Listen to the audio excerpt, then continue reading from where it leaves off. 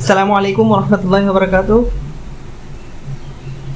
সম্প্রতি এসআই নিয়োগের একটি বিজ্ঞপ্তি দেওয়া হয়েছে, যেখানে সর্বনিম্ন বয়সসীমা 19 ধরা হয়েছে।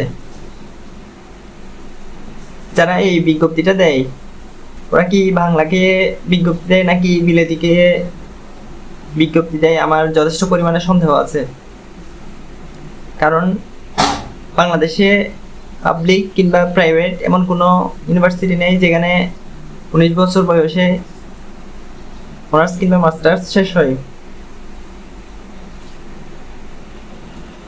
প্রাইভেট যে ইউনিভার্সিটিগুলো আছে ওইগুলোতে 4 বছরের মধ্যে অনার্স শেষ করা হলেও পাবলিক যে ইউনিভার্সিটিগুলো আছে ওইগুলোতে কিন্তু 6-7 বছরের কিংবা কমপক্ষে 5 বছরের কমে অনার্স শেষ হয় না। সেক্ষেত্রে শিক্ষার্থীরা 6 বছর বা 5 বছর থেকেও যদি শিক্ষা জীবন শুরু করে, তাহলে কখনোই 19 বছর বয়সে একজন শিক্ষার্থীর অনার্স মাস্টার্স কমপ্লিট হয় না। সেক্ষেত্রে এরা কি বুঝে যে সর্বনিম্ন বয়সসীমা 19 দেয়, সেটা আমার সত্যি বুঝে আসে না। এটা অত্যন্ত দুঃখজনক।